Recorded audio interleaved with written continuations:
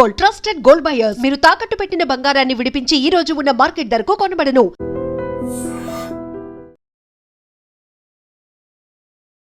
Welcome to I dream. నేను Udayasri. Central government ఆధ్వర్యంలోని PIB Odisha media టూర్లో భాగంగా మనం కోణార్క్ టెంపుల్కి కూడా వెళ్ళాం.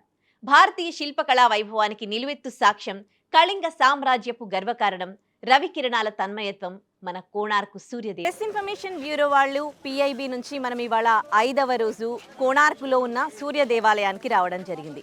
ఇది ప్రపంచ ప్రసిద్ధిగాంచిన సూర్య దేవాలయం. అలాగే యునెస్కో వారి చేత కూడా వారసత్వ సంపదగా గుర్తింపు పొందింది. దాదాపు 13వ శతాబ్దంలో ఈ ఆలయ నిర్మాణం జరిగింది. శివగంగ వంశానికి చెందిన మొదటి నరసింహదేవుడు ఈ ఆలయాన్ని నిర్మించారు.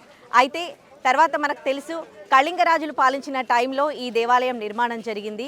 ఆ తర్వాత మన దేశాన్ని చాలామంది ఇతర దేశస్తులు పాలించారు.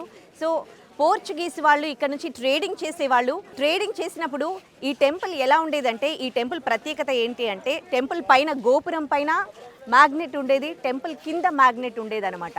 పోర్చుగీస్ వాళ్ళు ట్రేడింగ్ చేసినప్పుడు వాళ్ళకి ఇక్కడ నుంచి సముద్రంలో ఇబ్బందులు కావడంతో ఆ మొత్తం దాన్ని డిస్ట్రాయ్ చేశారన్నమాట. ఆ మ్యాగ్నెట్ని తొలగించడం జరిగింది.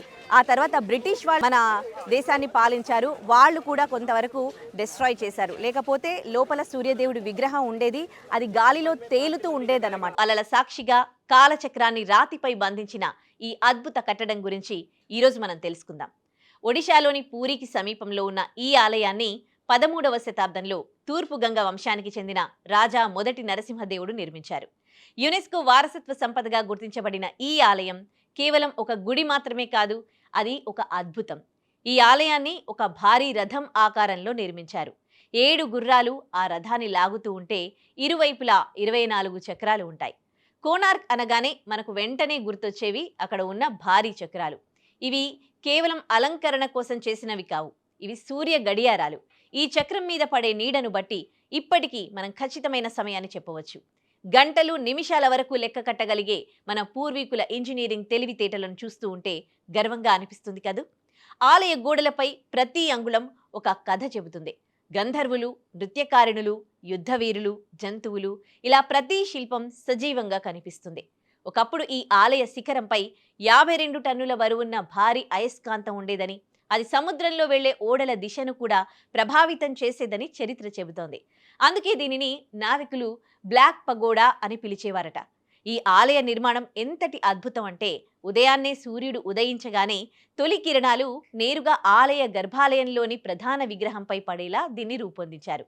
కాలం గడిచినా, దండయాత్రలు జరిగినా నేటికి కోణార్క్ తన గాంభీర్యాన్ని కోల్పోలేదు.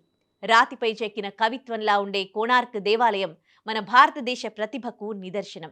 ప్రతి ఒక్క తెలుగువారు తమ జీవితంలో ఒక్కసారైనా చూడాల్సిన ప్రదేశం ఇది. And for more videos, please subscribe to iDream. Please subscribe to iDream. Please subscribe iDream. And please subscribe to iDream. For more videos, subscribe to iDream. please like, share and subscribe to the channel. Congratulations, iDream. Subscribe to iDream. Subscribe to iDream. So subscribe to iDream Media. iDream team andarki huge congratulations. Please subscribe iDream Media. Please subscribe to iDream. Subscribe iDream. Please subscribe to iDream. iDream అంటే నా కళల ఛానల్ను subscribe చేసుకున్న నోరు తిరుగుతలేదు, మీరైతే గంట గుర్తు కొట్టండి. For more such videos, please subscribe to iDream. Subscribe to iDream. Please subscribe to iDream. Please subscribe iDream Media. Please do subscribe to iDream. Please subscribe to iDream Media. For best entertainment and information, please subscribe iDream. And don't forget to subscribe to iDream.